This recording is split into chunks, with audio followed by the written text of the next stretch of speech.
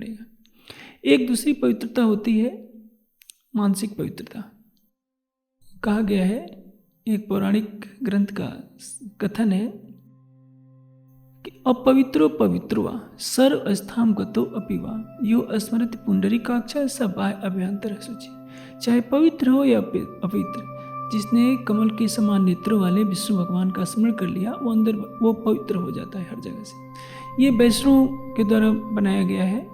और इसका आशय क्या है कि जो व्यक्ति उठते बैठते सोते जागते अपने इष्ट का नाम लेता रहता है वो हर जगह पवित्र बना रहता है।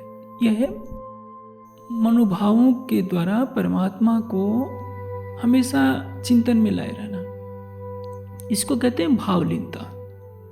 जैसे वाणी में कहा गया है, उठते बैठते सुपन सोच जागृत तब न छोड़े मासों को जाके असल हक निस्बत। उठते बैठते सोते जागते जो हर पल राज्य के भाव में खोए रहते हैं कि राज्य ऐसे हैं, श्यामा जी ऐसी हैं, परम धाम ऐसा है हमारा, उनका हृदय पवित्र रहता है। और हृदय पवित्र रहता है तो यदि एक वक्त स्नान भी नहीं किया तो भी कोई ऐसा नहीं है कि कोई पहाड़ टूट पड़ता है। कर्मकांड के जगत में क्या देखा जाता है कि यदि आपने तिलक नहीं लगाया है, कंठी नहीं बांधी है, स्नान नहीं किया है तो आपको शायद अच्छा नहीं माना जाए, किसी मंदिर में प्रवेश भी न करने दिया जाए। यदि आपने स्नान कर लिया है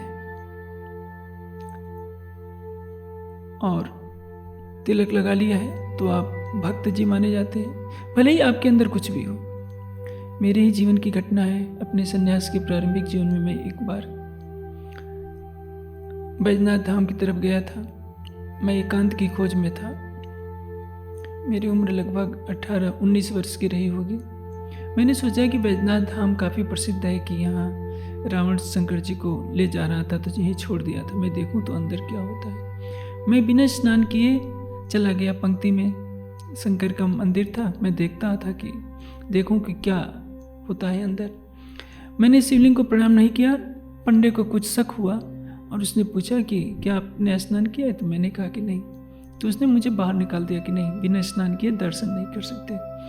मुझे तो करना नहीं था, न शंकर जी का दर्शन करने की आवश्यकता थी मुझे और न उनके कर्मकांड पूर्ण करने की। कहने का तात्पर्य क्या, मैंने जब वहाँ के लोगों से पूछा तो वहाँ एक बहुत बड़ा तालाब था।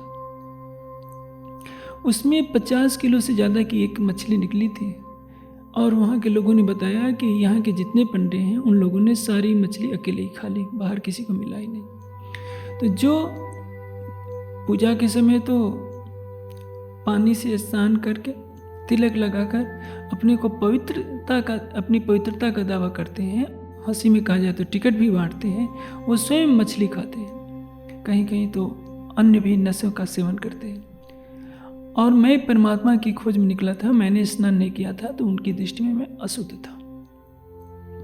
जिसके हृदय में पल पल प्रियतम का प्रेम उमड़ रहा हो, यदि वो स्नान भी न करता है तो भी वो पवित्र माना जाएगा। जैसे भगवान बुद्ध यदि 7 दिन 7 रात समाधि में बैठे रहे तो उनके लिए तो संभव नहीं था कि उठ करके स्नान करते। जब शरीर की शुद्ध ही नहीं है तो उस अवस्था में स्नान कैसे किया जा सकता है। मैंने कहा कि स्नान का अपना महत्व है। यदि कई दिन आप स्नान नहीं करेंगे तो मन में एक दिन भी स्नान न करें तो मन चंचल सा बना रहेगा, क्योंकि रजोगुण की प्रवृत्ति हो जाएगी। आंतों में जो मल रहेगा वो आपके मनोविकारों को पैदा करने लगेगा, शरीर में रोग पैदा करने लगेगा।